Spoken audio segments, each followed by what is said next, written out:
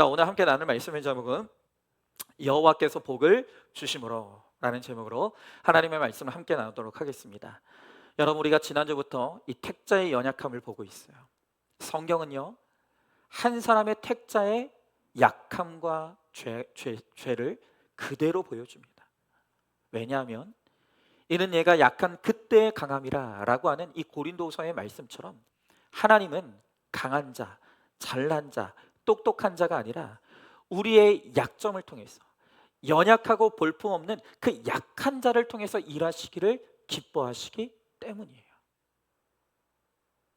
여러분, 제가 일부 예배 때 그 대표 기도하시는 권사님의 기도를 듣는데, 나는 목자를 잘하고 싶은데 잘하지 못하는 게 그게 고난이다, 이런 말을 하더라고요. 여러분, 그 잘하는 게 뭐예요? 뭐가 잘하는 거예요? 여러분, 도대체 잘해서 뭐가 하고 싶으신 거예요? 여러분, 왜 하나님은 우리가 생각하는 것처럼 똑똑하고 잘나고 능력 있는 사람이 아니라 하나같이 연약하고 부족하고 허점 많은 사람들을 왜 부르셔서 그들을 통해 일하시기를 기뻐하실까요? 여러분, 왜냐하면 우리는 잘하면 좋을 것 같지만, 여러분, 내가 잘해서 뭔가 이루어졌다 쳐요. 잘할 수도 없지만 내가 뭔가 잘해서 뭔가 이루어졌다 쳐요. 그러면 누구 자랑하려고 하세요? 내 자랑하려고 하시잖아요. 내가 했다고 고백하시려고 하시잖아요. 여러분, 그렇기 때문에 하나님은 그 모든 것을 자기 자랑 삼으려고 하는, 그 잘하려고 하는 사람들을 통해 일하지 않으세요. 내가 자랑할 것이 없고, 내가 내세울 것이 없고, 내가 했다고 말할 것이 아무것도 없는 바로 그들을 통해 역사하심으로 그의 입에서 하나님이 하셨다고, 하나님의 영광이라고, 하나님의 은혜라는 고백을 듣기를 원하시는 거예요. 여러분, 우리는 택자이지만 연약해요. 그러나 염려할 거 없어요. 왜냐하면 하나님께서는 택자를 통해 일하시고 역사하시기 때문이에요. 택자와 함께 일하시기 때문에 그 하나님께서 우리를 도와주시는 거예요. 여러분, 하나님께서 연약한 택자인 이삭에게, 또 우리에게 오늘 어떤 복을 주시는가, 택자를 통해 하나님은 어떻게 찾아와 주시고 어떤 은혜와 복을 주시는지를 오늘 본문을 통해 우리가 한번 살펴보기를 원하는 것입니다. 자, 먼저 첫 번째로 그 땅에서 100배 육적 복을 허락해 주셨다고 말씀하십니다. 자, 오늘 12절부터 14절의 말씀해 보니까 이삭이 그 땅에서 농사하여 그의 100배나 얻었고 여호와께서 복을 주심으로 그 사람이 창대하고 왕성하여 마침내 거부가 되어 양과 소가 떼를 이루고 종이 심이 많음으로 블레셋 사람이 그를 시기하여 그랬습니다. 아유, 복 주셨대요. 100배나 주셨대요. 거부가 되게 하셨대요. 듣기만 해도 너무 좋아요. 읽기만 해도 저도 좋아요. 여러분, 우리가 지난주에 보았던 것처럼 이삭은 흉년이 들자 하나님을 생각하지도 아니하고 불신자의 땅 애굽으로 가려고 했어요. 그때 하나님께서 붙드셔서 그 중간에 있는 그랄, 블레셋 땅에 잠시 거주하게 되었어요. 여러분, 그러나 그 땅에 기거하는 기간이 오래되면서 그가 죄를 짓기 시작하는 거예요. 여러분, 우리 저번 주에 보았죠? 아버지 아브라함하고 똑같은 죄를 지은 거예요. 그 아버지도 아내를 누이라고 속이더니 아들인 이삭도 리브가를 누이라고 속이가 거짓말하다가 그것이 드러나 창피를 당하는 것이죠. 자, 그런데 이상한 게 있어요. 여러분, 우리가 생각할 때는 이삭이 이렇게 또 잘못하고 실수하고 거짓말했으면 하나님이 벌 주셔야 되잖아요. 야단치셔야 되잖아요. 그런데 오늘 말씀을 보면요, 그렇게 실수하고 실패하고 거짓말하는 이삭을 야단치지 않으시고 오히려 그에게 재물을 주시더라는 거예요. 그의 농사가 100배가 되게 하시고 많은 물질을 주셔서 거부가 되게 하셨다는 거예요. 왜 그러실까요? 여러분, 이 당시는요, 한마디로 말하면 무법천지였어요. 힘 있는 사람이 남편을 죽이고 아내를 빼앗는 일들이 마치 관행처럼 이루어지던 법이 없던 무법지대의 시대였다는 거예요. 여러분, 그런 사회 속에서 우리가 정직하게 산다는 것이 너무너무 어렵지 않을까요? 여러분, 그렇기 때문에 그 이방인 앞에서 하나님의 명예가 더럽혀지지 않기 위해서 비록 이삭이 연약하지만 하나님께서 그의 연약함을 불쌍히 여기시고 그에게 은혜를 베풀어 주시더라는 거예요. 여러분, 저는 진짜 좀 복받은 사람이라고 생각해요. 저는 제 본가도 저의 외가도, 제가 결혼했더니 저의 처가도 다 예수 믿는 집안이고 목회자예요. 저희 집은요, 제사를 지내지 않아요. 그래서 예수 믿는 사람으로서 불신자의 가정에서 제사를 지내는 그 어려움을 제가 잘 몰라요. 여러분, 그런데요, 나는 예수 믿지만 내 양가 모두가 불신자여서 제사 지내는 집은요, 그 속에서 우리가 제사를 지내지 않는다는 것, 그 제사를 폐한다는 게 얼마나 어려운 일이겠습니까? 그러니까 나는 예수를 믿지만 그 환경 때문에 집안 관행에 따라 어쩔 수 없이 제사를 지내야 되는 거예요. 여러분, 하나님이 우리의 그런 연약함을 모르시겠습니까? 아세요. 하나님이 그런 사람들을 불쌍히 여기십니다. 그래서 그러한 세상 관행 아래 살고 있는 이삭을 불쌍히 여기시고 흉년이 된 그때 오히려 100배나 거두고 얻게 하시는 하나님의 은혜와 축복을 오늘 이삭에게 허락해 주시는 것이죠. 여러분, 오늘 말씀을 보면요, 그냥 이삭이 부자가 된 정도가 아니에요. 성경을 보면 이삭이 창대하고 왕성하여 거부가 되었다고 오늘 말씀하시는 거예요. 여러분, 저도요, 읽기만 해도 기분이 너무 좋더라고요. 이삭이 어딜 봐서 이런 땅의 성공을 거둘 사람입니까? 이렇게 연약하고 바보 같고 날마다 실수투성이 이런 사람이 무슨 이 땅의 성공을 거둘 만한 그런 자질을 갖춘 사람이에요. 그런데 오히려 하나님께서 이 연약한 이삭에게 찾아오셔서 아무 조건 없는 그에게 은혜를 베푸셔서 그를 이 땅에 창성하고 왕성하고 거부가 되게 해주시더라는 거예요. 여러분, 재물의 복은 결코 전부가 아니에요. 그건 정말 하나님이 베풀어 주시는 그 은혜의 부산물일 뿐이에요. 그러나 오늘 하나님은 이삭의 인생을 통해서 물질을 통해서도 하나님의 복이 나타날 수 있다는 것을 오늘 하나님께서 우리에게 보여주시는 것이죠. 여러분, 성경을 보면요, 24장에서 하나님이 아브라함에게 복을 주셨다 그랬어요. 그리고 25장에 보면요, 아브라함이 죽은 후에 그 아들 이삭에게 하나님이 더 큰 은혜를 주셨다 그랬어요. 그리고 또 오늘 본문에 보니까 하나님께서 다시금 이삭에게 또 다른 새로운 은혜와 복을 주시더라는 거예요. 세 번째요, 벌써 지금 이 가정에 하나님의 세 번째 쏟아 부어지는 복이 임하는 거예요. 하나님은 가장 연약한 이삭에게 두 번이나 복을 주시죠. 여러분, 이삭은 연약합니다. 또 실수해요. 또 실패해요.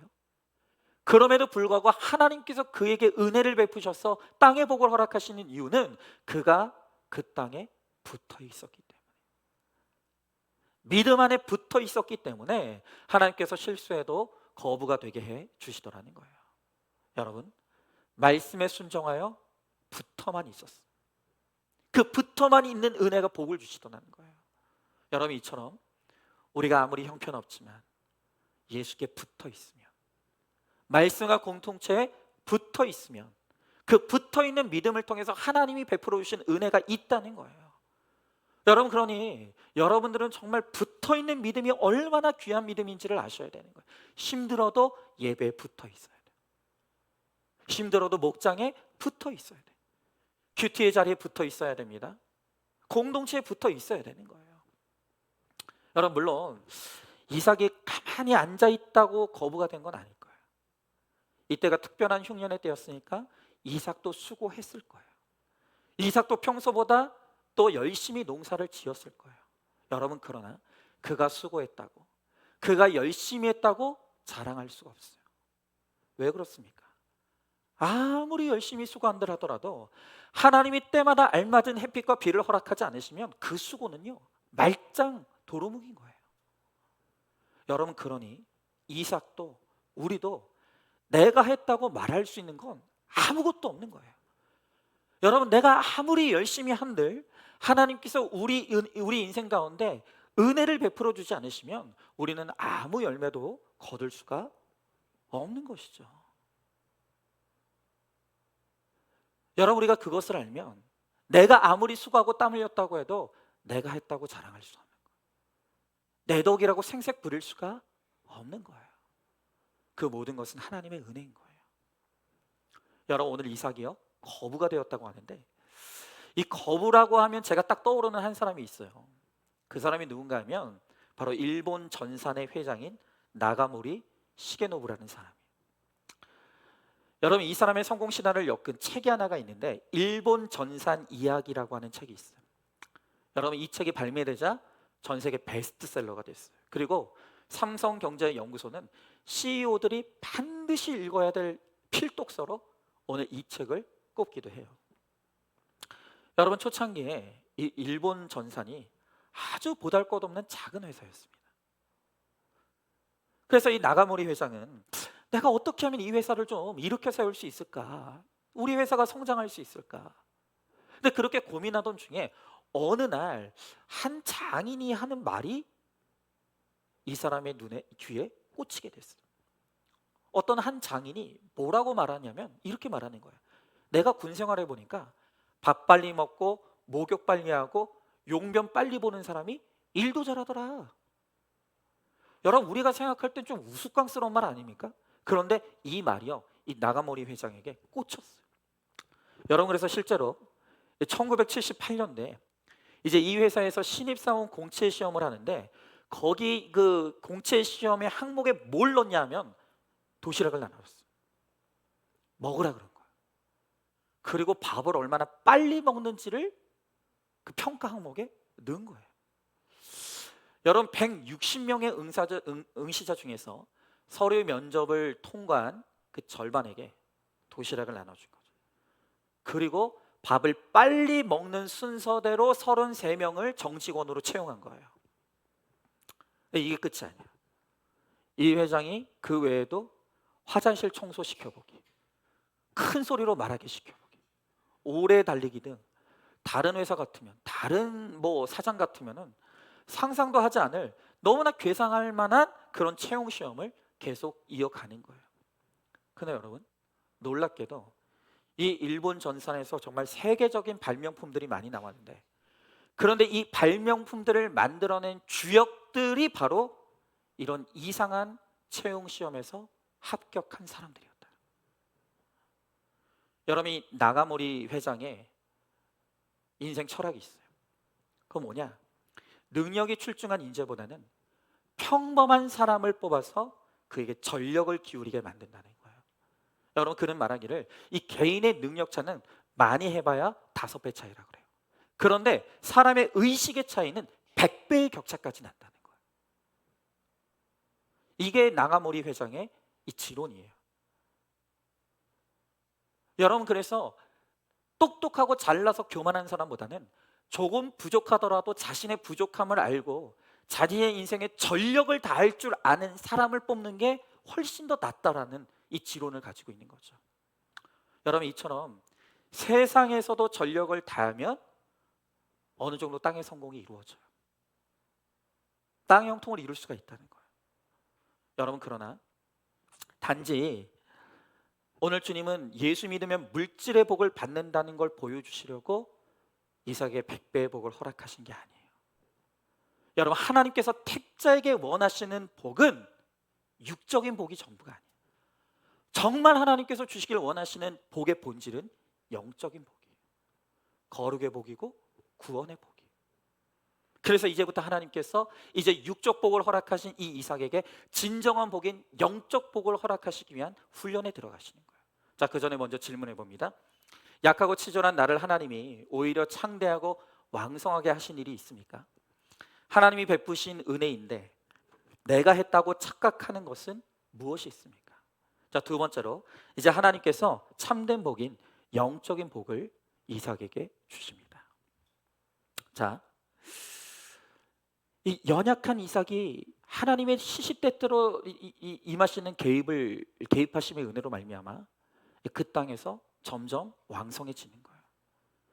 그런데 아이러니하게도 이삭이 부유하게 됨을 통해서 사람들로부터 미움당하고 그 땅에서 추방당하는 거예요. 자, 여러분, 바로 이거예요. 우리는 돈 많으면 그게 복인 줄 알아요. 하지만 하나님께서는 오히려 그 돈 때문에, 부 때문에 당하는 고난을 통해서 하나님이 우리를 거룩한 사람으로 만들어 가신다는 거예요. 여러분, 이게 공평한 양육법이에요. 여러분, 박세리 씨가 그러더라고요. 여러분, 우리나라의 영웅 아닙니까? 그 골프 하나 잘해가지고 엄청난 거부가 됐지 않습니까? 그런데 제가 그분의 기자회견을 처음부터 끝까지 다 들었어요. 그런데 그분이 뭐라고 하냐면, 여러분이 보기에는 제 인생이 좋은 인생 같지만 어느 가정도 사연 없는 가정은 없습니다. 그런 말을 하더라고요. 여러분, 우리가 생각할 땐 이것만 있으면 우리 인생이 좋을 것 같고 우리 인생이 평안할 것 같죠? 그런데 오히려 하나님은 그것이 고통이 되는 고난을 또 허락하시기도 하신다는 거예요. 여러분, 이삭이 부하게 되었습니다. 그런데 이제부터 하나님은 그 부함을 통해서 이삭에게 영적인 복을 허락하시는 거예요. 여러분, 하나님께서 우리에게 영적인 복을 주시고자 다툼과 전쟁을 허락하세요. 그럼 하나님께서 이제 이삭에게 어떻게 영적 복을 주시는지 이 네 가지를 살펴보기를 원하는데요. 먼저 첫 번째로, 하나님이 오늘 절박한 문제로 이삭이 공격당하게 하신다는 거예요. 절박한 문제로 공격받게 하심으로 그에게 영적인 복을 허락하시는 거예요. 자, 하나님의 은혜로 이삭이 창대하고 왕성하게 되었어요. 근데 여러분, 우리의 문제는 뭐냐면, 우리 인생이 이렇게 조금만 뭔가 내 마음대로 되고 내 뜻대로 되는 것 같으면 여러분, 그 이유가 나에게 있다고 생각해요. 자꾸 내가 있다고 생각해요. 교만해지는 거예요. 그리고 이 땅의 부유함과 안락함에 주저앉으려고 하는 거예요. 여러분, 그러면 영적인 복을 절대로 받을 수 없습니다. 그렇게 끊임없이 교만하여지고 이 땅에 안주하고 이 땅에 속하려고 하면 결코 하나님을 만날 수가 없는 거예요. 여러분, 그래서 주님은 이제부터 이삭에게 이 고난을 허락하시는 거예요. 시기를 당하게 하시는 거예요. 자, 오늘 14절 15절의 말씀에 보니까 양과 소가 떼를 이루고 종이 심이 많으므로 블레셋 사람이 그를 시기하여 그 아버지 아브라함 때 그 아버지의 종들이 판 모든 우물을 막고 흙으로 메웠더라 그랬어요. 여러분, 지난 창세기 21장에 보면 아비멜렉의 종들이 아브라함의 우물을 빼앗으려고 했어요. 원래 아브라함이 먼저 우물을 팠다고요. 근데 그걸 빼앗으려고 하니까 아브라함이 정당하게 값을 치르고 그 우물을 샀어요. 여러분, 그러니까 아버지 때 그 우물을 샀으니까 당연히 이제 아들의 소유죠. 그런데 오늘 말씀해 보니까 블레셋 사람들이 이삭이 잘 되는 게 시기가 되는 거예요. 질투가 나는 거야. 그래서 몰려 들어가 가지고 그 우물을 다 흙으로 메워버렸어요. 여러분, 사막을 여행하는 사람들은 알지만 여러분, 사막에서 우물이 얼마나 중요한지는 말할 필요도 없죠. 물이 없는 사막에서 우물은 그냥 생명이고 생존이에요. 여러분, 아프리카 우간다에서 사역하시는 한 선교사님이 계십니다. 근데 그분의 말에 의하면 우간다에서 이제 우물을 파려면 한화로 1,700만 원이 든대요. 여러분, 그곳의 최고의 의사가 받는 봉급이 20만 원이래요. 여러분, 그렇게 치면 이 1,700만 원이라는 금액은 천문학적인 금액이죠. 여러분, 그래도 거기에 물이 있어야만 가난과 질병에서 해결될 수 있기 때문에 이분이 이 우간다로 선교를 가서 여기서 내가 해야 될 선교 사역은 우물 파는 사역이구나. 그래서 우물을 사람들로부터 후원을 받아서 이제 우물을 파기 시작했다는 거예요. 여러분, 이전에는 관계 시설이 없어서 그 우간다 주민들이요, 꾸정물을 먹었대요. 오물을 먹었다는 거예요. 그러니까 각종 질병에 시달렸는데 세상에 우물을 파서 깨끗한 물을 먹기 시작하니까 병이 싹 없어졌대요. 여러분, 그러니까 진짜 물이 되게 중요하더라고요. 물을 잘 마셔야 되는 거예요. 여러분, 그런데 그렇게 우간다에다 우물 하나를 팠더니 그 우물 근처로 세상에 200가정이 몰려 들어왔다는 거예요. 이사를 왔다는 거예요. 이제 선교사님이 아무나 받을 수가 없잖아요. 우물은 하나니까. 그래서 이사하는 조건으로 딱 내건 조건이 뭐였냐면, 그 우간다가 이제 이슬람이 아주 지배하는 국가인데 이슬람에서 기독교로 개종하면 이 우물을 마실 수 있도록, 이용할 수 있도록 그렇게 해주겠다. 그렇게 했는데도 이 200가구나 우물 곁으로 이사를 왔다는 거예요. 그러니까 이 우간다에서 우물 파는 사역이 굉장히 중요한 사역인 거예요. 여러분, 마찬가지로 오늘 이 이삭에게도 우물은요, 죽느냐 사느냐의 너무너무 중요한 문제예요. 그런데 오늘 성경에 뭐라고 말합니까? 그렇게 생명 같은 우물을 이 그랄 사람들이, 블레셋 사람들이 시기해서 자꾸 메우더라는 거예요. 우물을 파면 메우고 우물을 파면 또 메우고. 여러분, 우리도 마찬가지죠. 내가 살려고 우물을 파는데 자꾸 내 옆에서 그것을 방해하는 사람들이 있어요. 여러분, 내가 정말 은혜로 살기 위해서, 말씀대로 살기 위해서 큐티의 우물을 팝니다. 예배의 우물을 팝니다. 은혜로만 살기를 원하는 은혜의 우물을 파요. 그런데 옆에서 자꾸 내 은혜를 까먹는 사람들이 있는 거예요. 내 남편이 나의 은혜를 까먹어요. 내 자녀들이 내 은혜를 자꾸 까먹는 거예요. 자꾸 내 옆에서 나를 공격하는 사람들이 있는 거예요. 여러분, 그러나 두 번째로 하나님께서 우리들에게 이러한 공격들을 허락하시는 이유는 내가 그것을 감당할 만하기에 하나님께서 우리들에게 시련과 고난을 허락하신다는 거예요. 여러분, 이삭은요 이미 100배의 부를 갖췄어요. 힘이 생겼어요. 여유가 생겼어요. 여러분, 그렇기 때문에 오늘 주님도 이삭이 공격받도록 허락하시는 거예요. 여러분, 이삭이 연약할 때에는 하나님이 일일이 다 개입하시면서 그를 도와주셨어요. 그러나 이제 그가 강해졌습니다. 하나님이 주신 은혜로 말미암아 힘이 생겼어요. 그러니까 이제 하나님께서 어디 네 믿음으로 네가 한번 이 문제를 돌파해 봐라. 하나님께서 이제 그 문제를 스스로 돌파할 수 있도록 내버려 두시는 거예요. 여러분, 하나님이요 아무에게나 아무 때나 힘든 일을 주지 않으십니다. 우리가 감당할 만하기 때문에, 우리가 감당할 수 있기 때문에 그 문제를 허락하시고 그 문제를 통해 하나님 앞에 나가게 하시는 거예요. 여러분, 제가요 그 초창기에 이제 이 큐티 목회 하면서 저도 우리들 교회에서 10주 띵크 양육을 받았거든요. 저는 우리들 교회에 가서 우리들 교회 리더한테 받았어요. 근데 그때는 아직 우리 교회가 계속 이 분쟁의 상황이 아직 여파가 있었던 때였어요. 그게 너무 힘드니까 제가 이제 양육의 자리에 가서 제가 그 양육자한테 그렇게 말했어요. 왜 새 아들이 있는데 하필이면 하나님이 저를 이 안산중학교에 불러주셔가지고 나를 이렇게 힘들게 하는지 모르겠다고. 그때 막 하소연하듯이 그 양육하시는 양육자한테 제가 그렇게 막 하소연한 적이 있어요. 그런데 그분이 제 이야기를 듣더니 저한테 뭐라고 해석해 주시냐면 이렇게 말씀하시는 거예요. 목사님, 하나님이 새 아들 중에서 목사님의 믿음이 가장 좋은 걸 인정하셨기 때문에 하나님께서 목사님을 택해서 그 교회에 보내주신 겁니다. 여러분, 제가 그 얘기를 딱 듣는데 제 죄패 중에 하나가 인정 중독이잖아요. 저를 딱 인정해 주는 것 같은 기분이 확 좋아지는 거예요. 아, 그렇구나.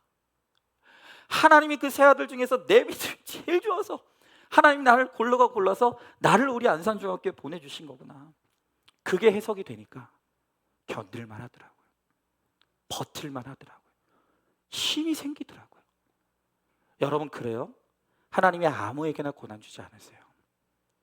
아무나 하나님께서 연단을 허락하시지 않는다는 거예요. 하나님이 보시기에 믿음이 준비되어 있으니까, 하나님이 보시기에 힘이 있으니까 하나님께서 훈련하시기 위해서 우리를 연단하시기도 하시고 훈련도 주시는 거예요. 여러분, 오늘 16절의 말씀에 보니까 아비멜렉이 이삭에게 이르되 내가 우리보다 크게 강성한 즉 우리를 떠나라 그랬습니다. 여러분, 아비멜렉은 비록 아버지 아브라함 때 사라를 누이라 속였어도 우물을 파게 허락했어요. 그리고 절대로 그 우물을 뺏지 않겠다고 약속했어요. 그런데 그 아들 아비멜렉은 이삭이 강성해지자 약속을 파기하고 떠나라고 명령하는 거예요. 그러니까 여러분, 사람의 약속이요? 그거 믿을 거 못 됩니다. 사람이요? 절대로 믿음의 대상 아닙니다. 그 사람은 믿어도 되겠지. 형제니까 믿어도 되겠지. 부모니까 믿어도 되겠지. 자식이니까 믿어도 되겠지. 아니요. 아니라니까요. 여러분, 사람은 그 누구도 믿음의 대상이 아니에요. 오직 우리가 구원을 위해 품고 사랑만 할 대상이에요. 여러분, 한 집사님이요, 집사님의 남편이 평생 믿었던 중마고 친구에게 회사를 부탁하고 그만 질병으로 세상을 떠났어요. 그런데 그 중마고, 그렇게 믿었던 중마고 친구가 재산을 다 삼키고 껍데기뿐이 남은, 이 빚만 남은 회사를 넘겨줬다는 거예요. 여러분, 속상하죠? 그런데 여러분, 그게 있어야 될 일인 거예요. 그 남편이 사람을 분별하지 못한 거예요. 누굴 믿습니까? 여러분, 인간이 다 100% 죄인인데 우리가 누굴 믿는다는 말입니까? 내가 내 자식만큼은 내가 아끼고 사랑해서 키웠으니까 이 자식은 나를 절대로 배반하지 않는다고. 그렇지 않다고요. 여러분, 부모가 다 똑같은 부모가 아니던데요. 오히려 부모기 때문에 마음껏 자녀에게 고통을 주는 그런 부모도 있던데요. 사람은 믿음의 대상이 아니에요. 사람의 약속에 그거 믿을 거 못 됩니다. 여러분, 오직 우리를 강하게 하는 것은 오직 복음과 말씀이에요. 여러분, 우리가 우리의 자녀들에게도 정말 사람을 믿지 말아야 된다는 것을 끊임없이 가르쳐야 되는 거예요. 오늘 우리가 죄악된 이 땅에서 우리가 오직 믿고 바라보고 의지할 분은 하나님밖에 없다는 것을 우리가 끊임없이 교육하고 가르쳐 줘야 되는 거예요. 그래야 우리의 자녀들이 하나님으로 인해서 은혜를 힘입고 살아갈 수가 있는 것이죠. 여러분, 이어지는 17절 말씀해 보니까 이삭이 그곳을 떠나 그랄 골짜기에 장막을 치고 거기 거류하며 그랬어요. 자, 저번 주에도 나왔었는데 오늘 여기에 보니까 거주한다고 말하지 않고 거류한다 그랬어요. 여기 이 거류한다는 말의 히브리 원어의 뜻은 뭐냐면 잠시 머물다, 떠난다라는 뜻이에요.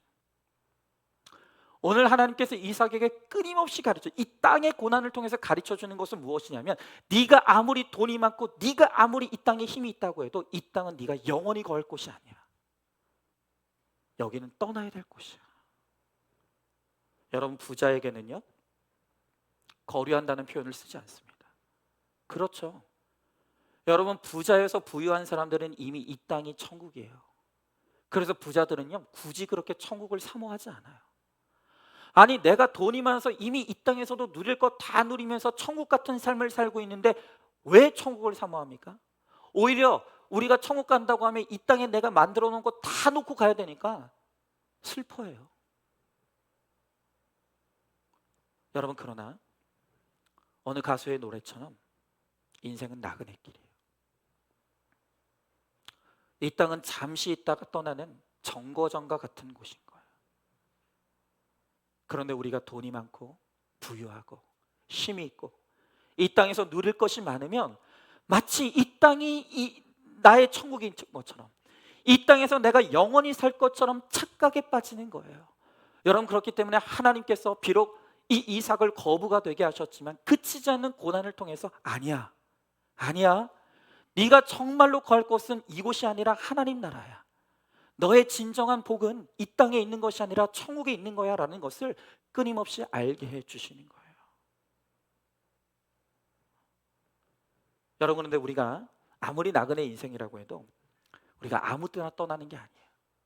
하나님의 말씀에 순종해서 하나님이 떠나라 하시면 떠나는 것이고 떠나지 말라고 하시면 떠나지 않는 거예요. 여러분, 우리가 주식이 망해서 이사가고 이혼해서 이사가고 우리 마음대로 그렇게 자꾸 내 거처를 옮기면 여러분, 그것 때문에 우리 자녀들이 상처를 받아요.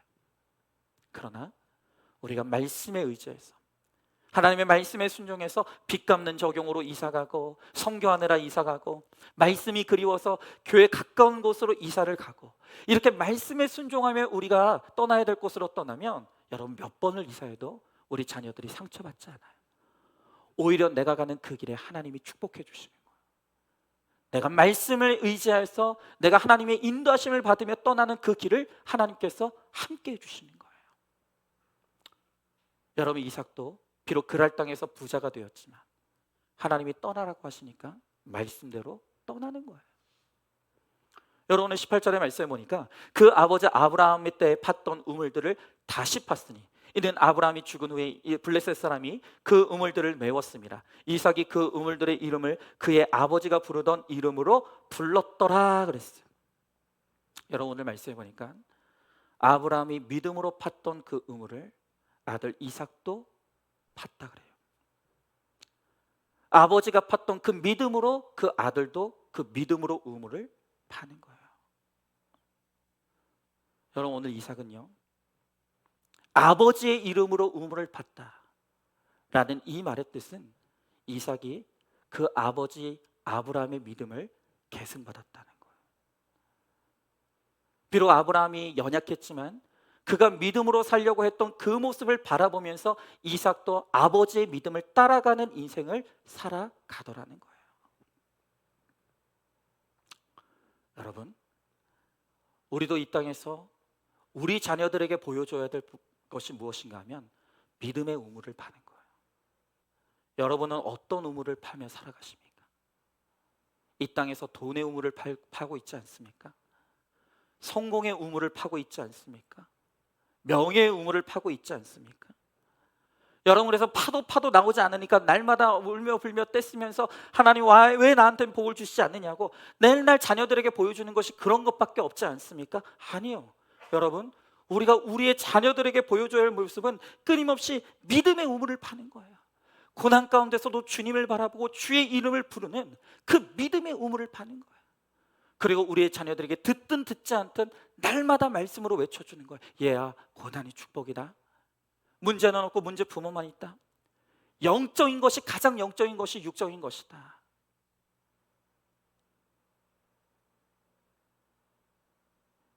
인생의 목적은 행복이 아니라 거룩이다. 여러분, 물론 지금은 우리 자녀들이 알아듣지도 못하고 들으려고 하지도 않아.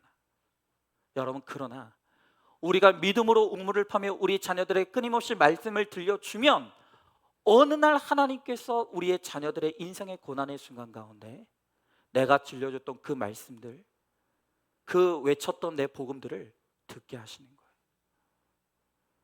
그리고 그 아버지의 믿음, 그 어머니의 믿음으로 우리의 자녀들도 하나님의 이름을 부르게 되는 거예요. 여러분, 우리 부모들이 어떤 때에도 하나님의 이름을 부르면 반드시 우리의 자녀들도 훗날 하나님이 만나 주실 때 하나님의 이름을 부르는 자녀가 되는 거예요. 그래서 우리가 믿음으로 오늘도 하나님의 이 은혜의 우물을 끊임없이 파 내려가는 이 모습을 우리들에게 보여줘야 된다. 자녀들에게 보여줘야 된다는 것입니다. 여러분, 세 번째로 하나님께서 이 이삭에게 영적인 복을 주시기 위해서 끝날 것 같지 않은 시험으로 공격을 받게 하신다는 거예요. 자, 오늘 19절부터 20절의 말씀해 보니까 이삭의 종들이 골짜기를 파서 샘 근원을 얻었더니 그날 목자들이 이삭의 목자와 다투어 이르되 이 물은 우리의 것이라 하며 이삭이 그 다툼으로 말미암아 그 우물 이름을 에색이라 하였으며 그랬습니다. 자, 이삭이 우물을 파자 그걸 메워버려요. 그래서 다른 곳으로 가서 새 우물을 팠어요. 그랬더니 또 그곳에 있는 그랄의 목자들이 이 우물이 우리 것이라고 또 시비를 걸어오는 거예요. 여러분, 그래서 이삭이 그들과 다투고 그 우물의 이름을 에색이라고 지었다 그랬어요. 여러분, 이 에색의 이름의 뜻은 다투다, 억압하다, 강탈하다, 부당한 취급을 받다라는 뜻이에요. 그렇죠. 이삭이 얼마나 억울했겠습니까? 나는 잘못을 한 게 없는데, 나는 열심히 살아온 것밖에 없는데 자꾸 내가 열심히 살아서 만들어 온 열매들을 다른 사람이 자꾸 뺏어가는 거예요. 여러분, 우리도 그렇습니다. 여러분, 하나님의 백성에게 이 땅의 삶은 정말 전쟁이에요. 끊임없는 전쟁의 삶이에요. 여러분, 우리가 세상을 거스르려고 살려고 하고 하나님의 뜻대로 살려고 하면 여기저기서 나에게 시비를 걸고 싸움을 걸어오는 거예요. 여러분, 그때마다 우리는 다퉈야 돼요. 자, 그런데 여기서 중요한 것은 우리가 그럴 때마다 우리가 다퉈야 되는데 우리가 다퉈야 될 것은 내 눈앞에 나에게 시비를 거는 그 사람이 아니라 내 안에 있는 악한 생각과 우리가 다퉈야 된다는 거예요. 여러분, 우리가 나를 괴롭히면 그때 어떤 생각이 듭니까? 화가 올라오죠. 억울해요. 복수하고 싶어요. 그래서 우리 안에 드는 생각이 뭐냐면 눈에는 눈, 이에는 이. 네가 나를 아프게 했으니까 나도 너를 아프게 할 거야. 여러분, 이런 악한 생각들이 우리 안에 치고 올라오는 거예요. 여러분 그러면 어떻게 해야 됩니까? 우리가 또 다른 우물을 파는 거예요. 자, 오늘 21절의 말씀에 보니까 또 다른 우물을 팠더니 그들이 또 다툼으로 그의 이름을 신나라 하였으며 그랬습니다. 자, 여러분 시비를 걸어오는데 내가 응대하잖아요. 양보했어요. 그런데 또 시비를 걸어오는 거예요. 여러분 왜 그렇습니까? 여러분 결국 이 전쟁이라는 것도 결국 우리 인생의 모든 싸움의 끝에는 돈이 있어요. 여러분 부모 자식, 할아버지 손자 사이라도 여러분 이 돈 문제는요 해결이 안 되는 거예요. 양보가 안 되는 거예요. 여러분 모든 문제의 다툼의 중심에 돈이 있어요. 여러분 그러므로 결국에는 이 피 터지는 전쟁이 끝나려면 어떻게 되는 줄 아십니까? 돈이 다 없어져야 되는 거예요. 더 이상 가지고 싸울 돈이 없어져야 끝이 나는 거예요. 여러분 이 신나라는 말의 뜻은 대적하다, 반대하다라는 뜻이에요. 여러분 이 말을 원어로 보면 사탄과 어근이 똑같아요. 여러분 야고보서 4장 7절의 말씀을 보면요, 마귀를 대적하라 그리하면 너희를 피하리라. 여러분 우리가 마귀를 대적하면 그 마귀가 우리를 두려워서 피한다고 합니다. 여러분 그러면 마귀는 어떻게 대적해야 합니까? 여러분 우리가 마귀를 이기기 위해서는 마귀와 똑같은 방법으로 싸우면 안 돼요. 우리가 마귀를 이기는 방법은 오직 그리스도의 영으로 대적하는 거예요. 여러분 그리스도의 영으로 대적한다는 것은 무엇입니까? 마귀의 싸움은 마귀의 방법으로 싸우는 게 아니라 하나님의 방법으로 싸워야 된다고요. 여러분 유혹은 절제로 싸워야 돼요. 핍박은 온유로 맞서야 된다는 거예요. 사단의 영은 반대 영인 그리스도의 영으로 대적해야 되는 거예요. 여러분 그럴 때 하나님의 방법으로 싸우는 사람을 하나님이 도와주세요. 여러분 우리가 내 방법으로 사탄의 방법으로 싸우면 하나님이 돕지 못해요. 그러나 세상이 나에게 시비를 걸고 세상이 나의 믿음을 꺾으려고 끊임없이 공격함이 올 때 그때 우리가 같은 혈기와 분노로 다투는 것이 아니라 하나님의 영으로 하나님의 방법으로 싸울 때 하나님이 그 전쟁에 개입해 주시고 하나님이 승리하게 주신다는 거예요. 여러분 그렇죠? 결혼 전에 누구나 광명한 천사를 가져요. 다 나만 사랑해 줄 것 같아요. 근데 여러분 그런 사람이 세상에 어디 있냐고요. 아니 나만 사랑해 주고 나밖에 모르고 그런 사람이 어디 있어요. 근데 왜 자꾸 우리가 속아 넘어갑니까? 그 사람이 나를 속인 게 아니라 내 속에 있는 나의 기대와 욕심이 내 스스로를 속인 거예요. 여러분 그러므로 그 사람이 원수가 아니에요. 하나님께 묻지도 않고 내 기대와 욕심을 따라 내 마음대로 사람을 선택한 내 삶의 결론인 거예요. 누구를 욕하는 게 아니에요. 그러므로 우리는 누구보다도 무엇보다도 내 속에 있는 사탄을 경계하고 내 속에 있는 죄와 욕심과 끊임없이 싸워야 되는 것이죠. 내 죄를 깨닫고 회개하고 내 죄와 싸울 때 하나님께서 우리들에게 영적인 복을 허락해 주시는 거예요. 여러분 마지막 네 번째로 이 넓어지고 번성하는 진짜 복, 하나님께서 이삭에게 영의 복을 주신다는 거예요.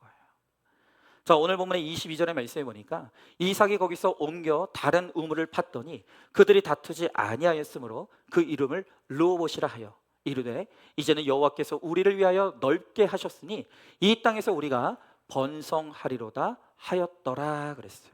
자, 이삭이 참 바보 같아.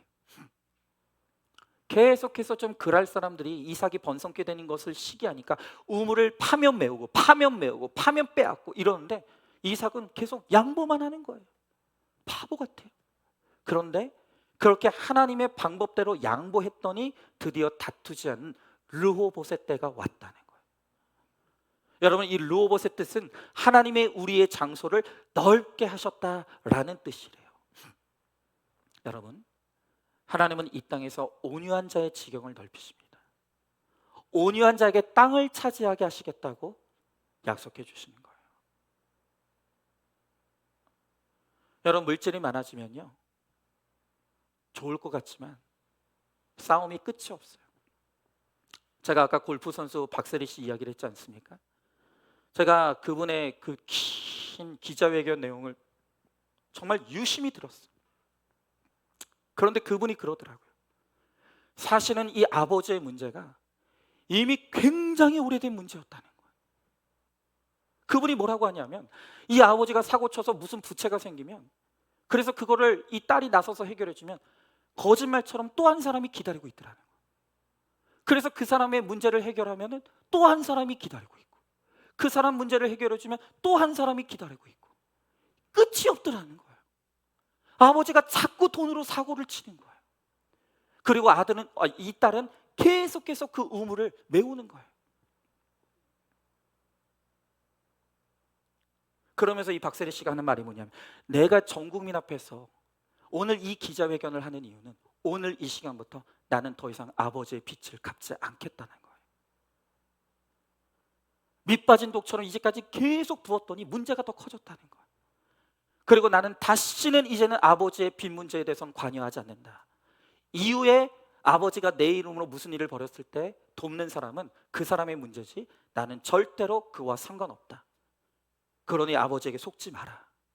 그러더라고요. 그러면서 어떤 기자가 너무나 안타까운 마음으로 그러더라고요. 어쩌다가 아버지와 딸의 관계가 이렇게 됐습니까? 정말로 이걸 해결할 방법이 없었습니까? 라고 묻더라고요. 여러분, 그때 박세리 씨 울더라고요. 울어요. 그러면서 하는 말이 뭐냐면, 이미 오래전부터 관계 끊어졌다는 거예요. 아버지랑 더 이상 소통하고 있지 않다는 거예요. 부녀 관계가 돈 때문에 파탄이 난 거예요. 여러분, 돈이 이렇게 무섭더라고요. 우리가 이제까지 알기로는 그 어떤 부녀 관계보다 얼마나 끈끈하고 사랑 많은 부녀 관계인 줄 알았습니까? 그런데 그 속에 들어가 보니까 그 돈 때문에 다 끝난 거예요. 여러분, 돈은 일만하게 뿌리래요. 물질이 많으면 거기에 싸움이 반드시 있어요. 그런데 여러분 기억하십시오. 여러분, 믿지 않는 자들은요, 내가 성공하는 때, 내가 재물이 많아진 그때 안 믿는 사람은 내가 그 물질을 가지고 어떻게 하는지를 불꽃 같은 눈으로 지켜보고 있다는 거예요. 여러분, 우리가 안 믿는 사람들과 똑같이 물질을 가지고 집착하고 또 물질 가지고 싸우고 다투면요, 사람들이 우리를 보면서 뭐라고 하냐면, 예수 믿는다고 하더니 저것들도 똑같네, 그러는 거예요. 여러분, 우리 믿음의 사람들은 힘들지만 이 돈 문제가 깨끗해야 돼요. 무조건 믿는 사람이 돈 문제를 해결해야 되는 거예요. 여러분, 손해볼 결심이 서야 이 돈 문제는 해결의 기미가 보여요. 절대로 이 세상 사람들은 돈 문제에 있어서는 한 발자국도 양보하지 못합니다. 여러분, 그럴 때 오직 믿는 사람만이 손해볼 각오를 할 때, 그때 해결이 시작되는 거예요. 여러분, 성경을 보면 아브라함도 조카 롯에게 자신의 재물을 다 줬다 그랬어요. 양보했어요. 이삭도 블레셋 사람들에게 우물을 양보하는 거예요. 여러분, 그랬을 때 이 돈 문제를 하나님 앞에 맡기고 내가 손해보는 적용을 했더니 여호와께서 우리를 위하여 넓게 하셨다. 하나님을 믿고 오늘 우리의 문제를 하나님께 맡기고 내가 손해보는 적용과 양보하는 적용을 이루었을 때 하나님께서 이 이삭의 인생을 책임져 주시고 이삭이 손해본 것까지도 하나님께서 채워주시더라는 거예요. 여러분, 저도 그래요. 하나님께서 저에게 주신 이 육적인 은혜와 복이 얼마나 큰지 몰라요. 여러분, 제가 우리 안산중학교에서 위임 목사로 위임받은 때가 제 기억으로는 제 나이 36대였어요. 36살의 나이에 우리 안산중학교 담임 목사가 되었습니다.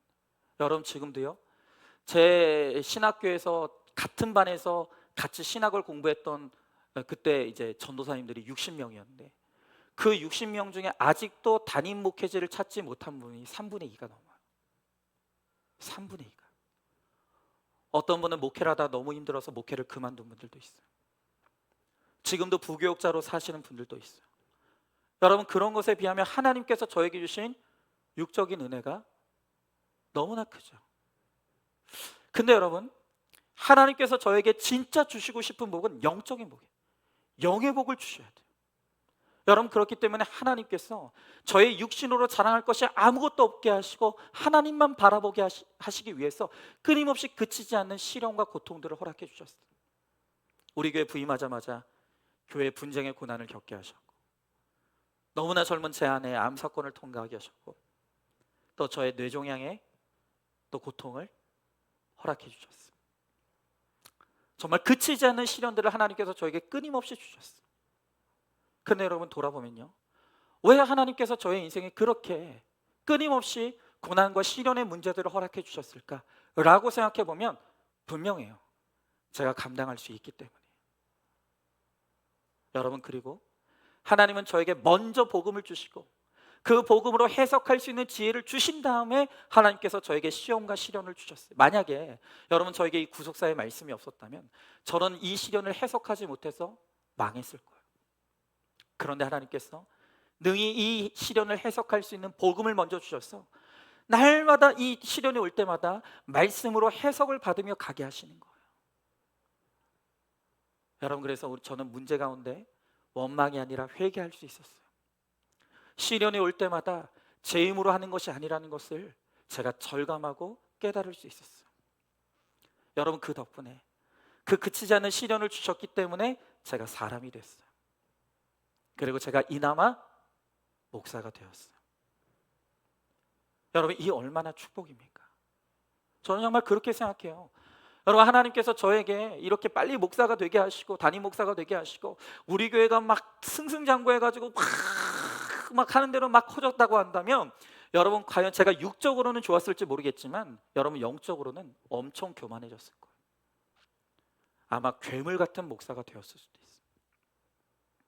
그런데 하나님께서 담임 목사가 되자마자 그치지 않는 시련과 시험을 주시니, 그리고 그 시련과 시험이 저를 깎아내고 깎아내서 오늘 그래도 이만큼이라도 하나님 앞에 바로 서고자 몸부림칠 수 있게 되어지는 거예요.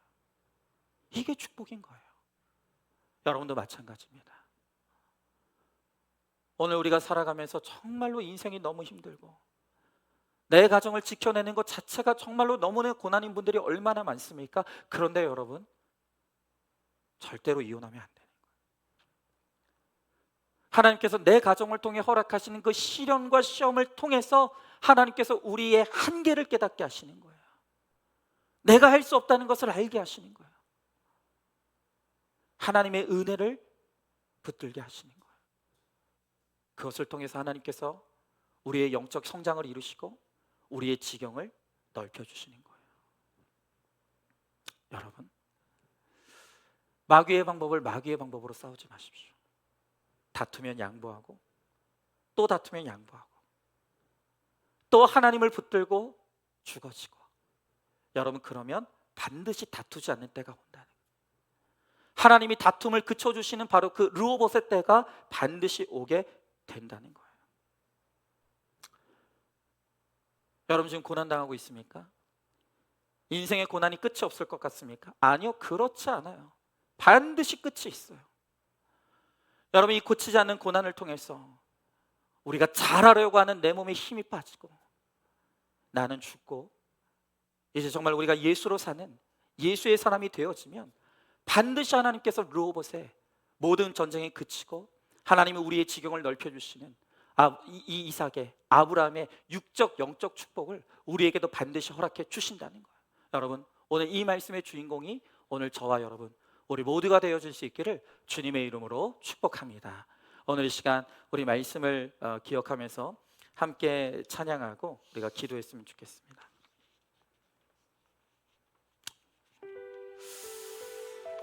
여러분, 우리는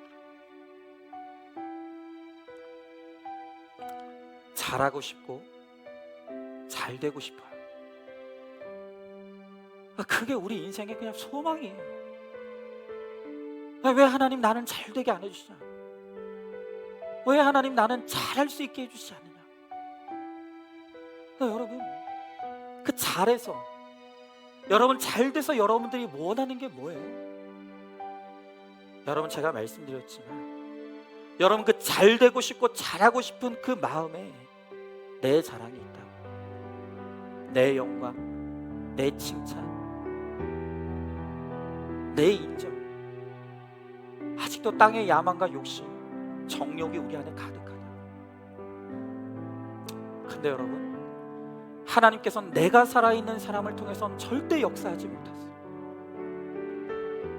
내가 죽은 사람, 내가 무너진 사람, 나에게 자랑할 것이 없고 나에게 내세울 것이 없고, 그렇기 때문에 하나님이 나를 통해서 하시는 그 모든 일을 통해서 하나님의 영광을 돌릴 사람, 하나님만 자랑할 사람, 하나님만을 드러낼 사람, 하나님은 바로 그 사람을 찾고 계시는 것입니다. 하나님께서 바로 그 한 사람을 만드시기 위해서 오늘 우리 인생의 끊임없는 시련과 시험을 통해서 나를 무너지게 하십니다. 여러분, 나의 육의 성전이 무너진 그 자리에 하나님이 아름다운 영의 성전을 세우셨어요. 그렇게 아름다운 영의 성전이 세워진 그 사람을 통해 하나님은 아낌없는 영과 육의 은혜를 부어주신 거예요. 그리고 그것을 통해 하나님께서 우리를 통해 영광 받으시길 원하시는 거예요.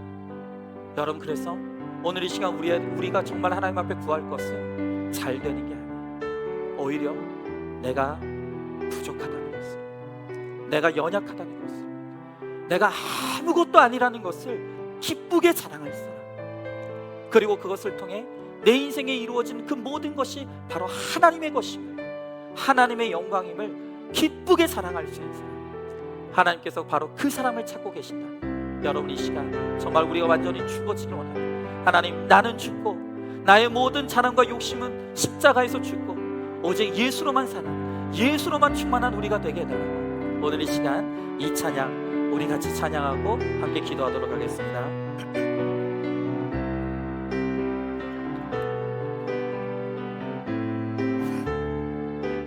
우리가 찬양합니다. 무명이어도 무명이어도 공허하지 않은 것은 예수 안에 난 만족함이라. 가난하여도 부족하지 않은 것은 예수 안에 오직 나는 부요함이라. 난 예수로, 난 예수로, 예수로, 예수로 충만하네. 난 예수로, 예수로, 예수로 충만하네. 난 예수로, 예수로, 예수로 충만하네. 영원한 왕 내 안에 살아계. 우리 2절 찬양합니다. 고난 중에도, 고난 중에도 견뎌낼 수 있는 것은 주의 계획 있기 때문이라. 실패하여도 일어설 수 있는 것은 예수 안에 오직 나는 승리함이라.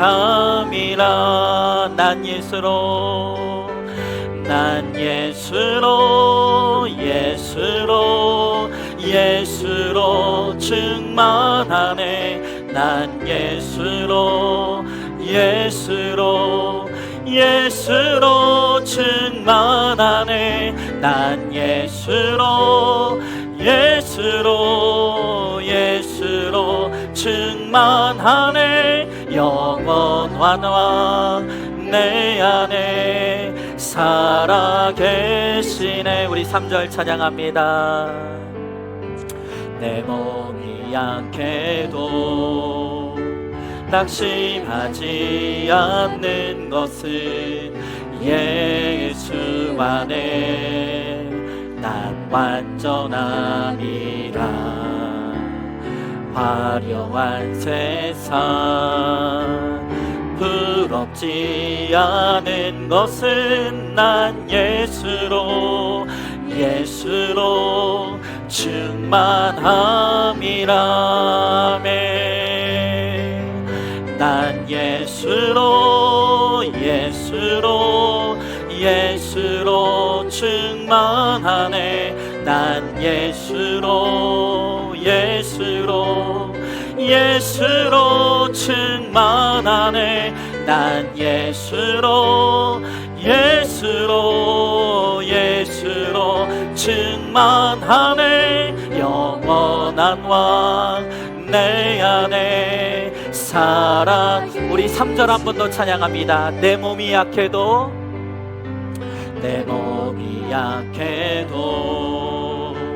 낙심하지 않는 것은 예수 안에 난 완전함이라. 화려한 세상 부럽지 않은 것은 난 예수로 충만함이라. 아멘. 난 예수로 충만하네. 난 예수로 충만하네. 난 예수로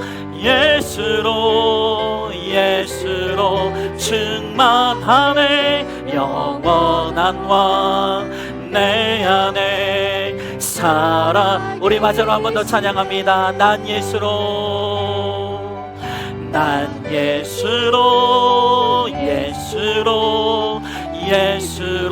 충만하네.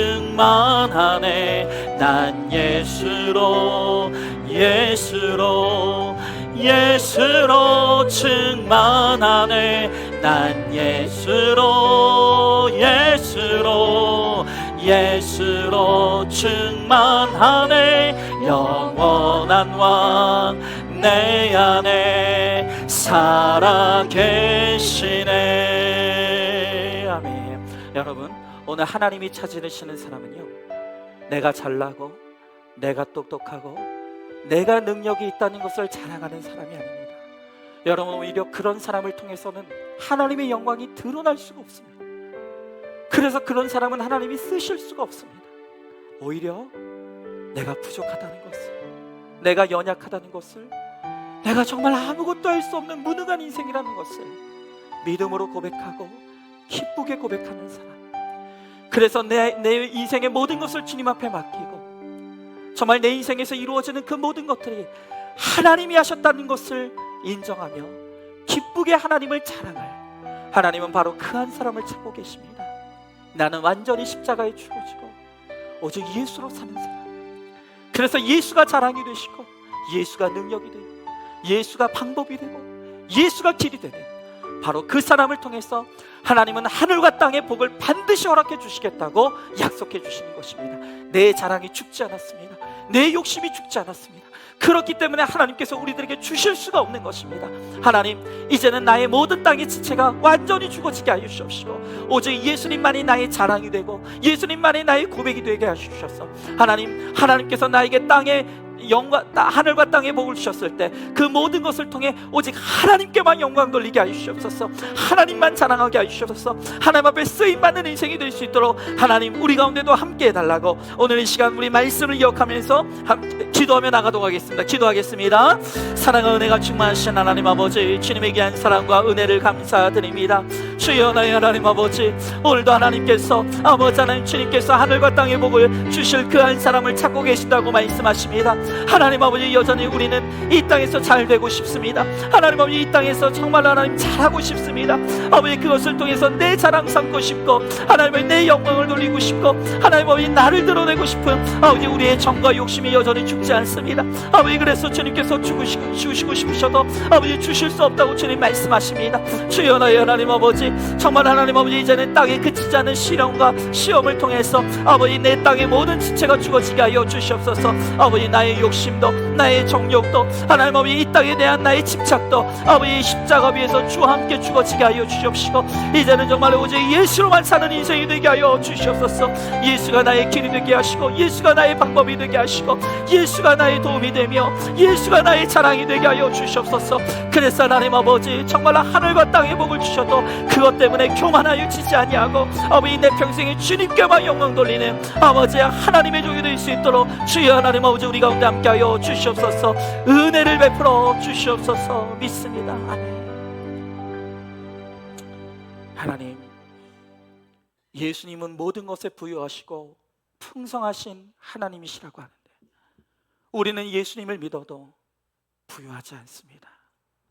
풍성하지 않습니다. 우리의 영도 우리의 육도 너무 가난합니다. 왜 그런 것입니까? 왜 우리는 하늘과 땅의 은혜와 복을 누리지 못하는 것입니까? 그것은 오늘 우리가 죽지 못했기 때문이라고 주님 말씀하십니다. 여전히 우리는 내가 영광받고 싶습니다. 내가 나를 자랑하고 싶습니다. 다 내가 있다고 고백하고 싶습니다. 나의 땅의 지체가 죽지 않게 하나님이 나를 통해 임하실 수가 없고 나를 통해 역사하실 수가 없다고 하십니다. 그러하기에 하나님께서는 오늘도 땅의 시련과 시험을 통해서 우리의 모든 육의 성전을 다 무너뜨리시고 우리의 육이 무너진 그 자리에 하나님의 아름다운 영의 성전을 세우시길 원하신다고 말씀하십니다. 주님, 오늘 우리가 고난 중에 있습니까? 질병의 고통이 임했습니까? 물질의 고통이 임했습니까? 내 마음대로 안 되는 사람의 고난이 임했습니까? 하나님, 그 모든 고난을 통해서 이제는 정말로 우리의 육은 완전히 죽어지게 하여 주시옵시고 내가 아무것도 할 수 없다는 것을 온전히 고백하며 오로지 하나님의 은혜를 구하는 겸손한 하나님의 사람이 되게 하여 주시옵소서. 그래서 나는 죽고 이제 예수로 사는 인생이 되었어. 예수님이 나의 자랑이 되시고 예수님이 나의 길이 되시고 예수님이 나의 방법이 되시며 예수님이 나의 능력이 되심으로 말미암아 하나님께서 우리들에게 그 어떤 것을 주시더라도 그것이 하나님이 하신 것임을 고백하며 자랑하며 오직 하나님께만 영광 돌림으로 말미암아 하나님의 하늘과 땅의 모든 풍성한 은혜가 오늘 우리의 것이 되는 그 은혜를 받아 누리는 우리 모두가 될 수 있도록 우리 주님께서 함께하여 주시옵소서. 오늘 이 말씀을 통해 나는 죽고 예수로만 살기를 소망하는, 오늘 이 말씀이 나의 말씀이 되기를 소망하는 모든 성도들 가운데 이 말씀이 실상이 될 줄 믿사오며 사랑이 많으신 우리 예수님 이름 받들어 기도 드리옵나이다. 아멘. 이제는 우리 주 예수 그리스도의 은혜와 하나님의 사랑과 성령의 교통하심이 하나님의 그치지 않는 시련과 시험을 통해 나의 육은 완전히 무너지고 나의 육이 무너진 그 자리에 하나님이 세우시는 아름다운 영의 성전을 세워 오직 하나님만을 위해 살며 하나님의 영광을 위해 삶으로 하늘과 땅의 복을 주시고 그 복을 통해 더욱더 하나님께 영광 돌리기를 소망하는 살아가는 모든 성도들 머리 위에 이제로부터 영원토록 함께 계실지어다. 아멘.